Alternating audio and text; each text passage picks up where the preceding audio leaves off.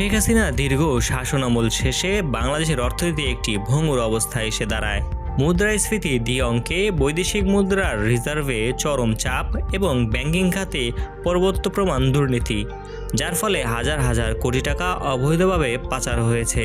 এগুলো ছিল দৃশ্যমান ক্ষত, বিশেষ করে মেগা প্রজেক্টের নামে বিপুল অর্থ ব্যয় এবং ক্ষমতার কাছাকাছি থাকা গোষ্ঠীর সুবিধাভোগিতা অর্থনীতির ভিত্তিকে দুর্বল করে দেয়।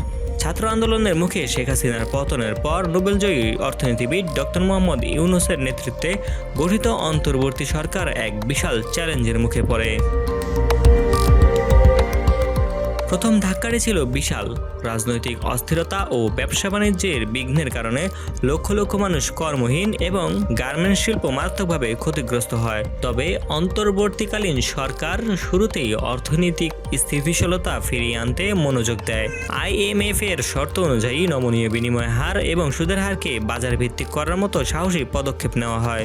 সবচেয়ে গুরুত্বপূর্ণ পদক্ষেপ ছিল ব্যাংকিং খাতে শৃঙ্খলা ফিরিয়ে আনা এবং পাচার হওয়া অর্থ পুনরুদ্ধারের উদ্যোগ গ্রহণ।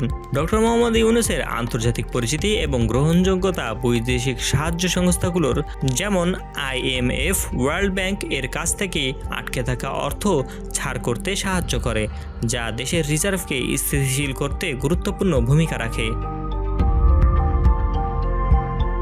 এক বছরের মধ্যে অর্থনীতির কিছু গুরুত্বপূর্ণ সূচকে ইতিবাচক পরিবর্তন দেখা যেতে শুরু করে। হুন্ডির পথ ছেড়ে প্রবাসীরা ব্যাংকিং চ্যানেলে রেকর্ড পরিমাণ অর্থ পাঠানো শুরু করেন, যা রিজার্ভের শক্তি বাড়ায়। অস্থিরতা কাটিয়ে তৈরি পোশাক রপ্তানিতে আবারও গতিশীলতা ফিরে পায়। দুর্নীতি দমনে কঠোর অবস্থান এবং সংস্কারের অঙ্গীকারে বিদেশে বিনিয়োগকারীদের মাঝে কিছুটা আস্থা ফিরিয়ে আনে, যদিও পুনরুদ্ধার এখনও প্রাথমিক পর্যায়ে।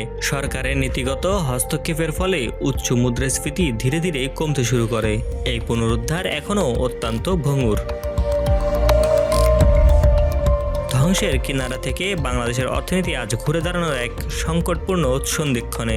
এই যাত্রা কেবল অর্থনীতির চাকা ঘোরানো নয়, এটি সুশাসন, ন্যায্যতা এবং ভবিষ্যতের জন্য নতুন ভিত্তি তৈরির। ডক্টর ইউনূসের নেতৃত্বাধীন সরকারের অর্থনীতির ভেতরের ক্ষত সারাতে যে কঠিন পথ বেছে নিয়েছে, তাতে চ্যালেঞ্জ থাকলেও বাংলাদেশের তরুণ প্রজন্মকে সঙ্গে নিয়ে এই ফিনিক্সের উত্থান সম্ভব। যদি সংস্কারের গতি ধরে প্রকৃত পথে দেশ চালাতে পারে ও ভবিষ্যৎ প্রজন্মের জন্য একটি স্থিতিশীল এবং দুর্নীতিমুক্ত অর্থনীতি গড়ার এই চেষ্টায় আজ বাংলাদেশের সবচেয়ে বড় গল্প হয়ে দাঁড়াবে। Desk report, সময়ান্তর।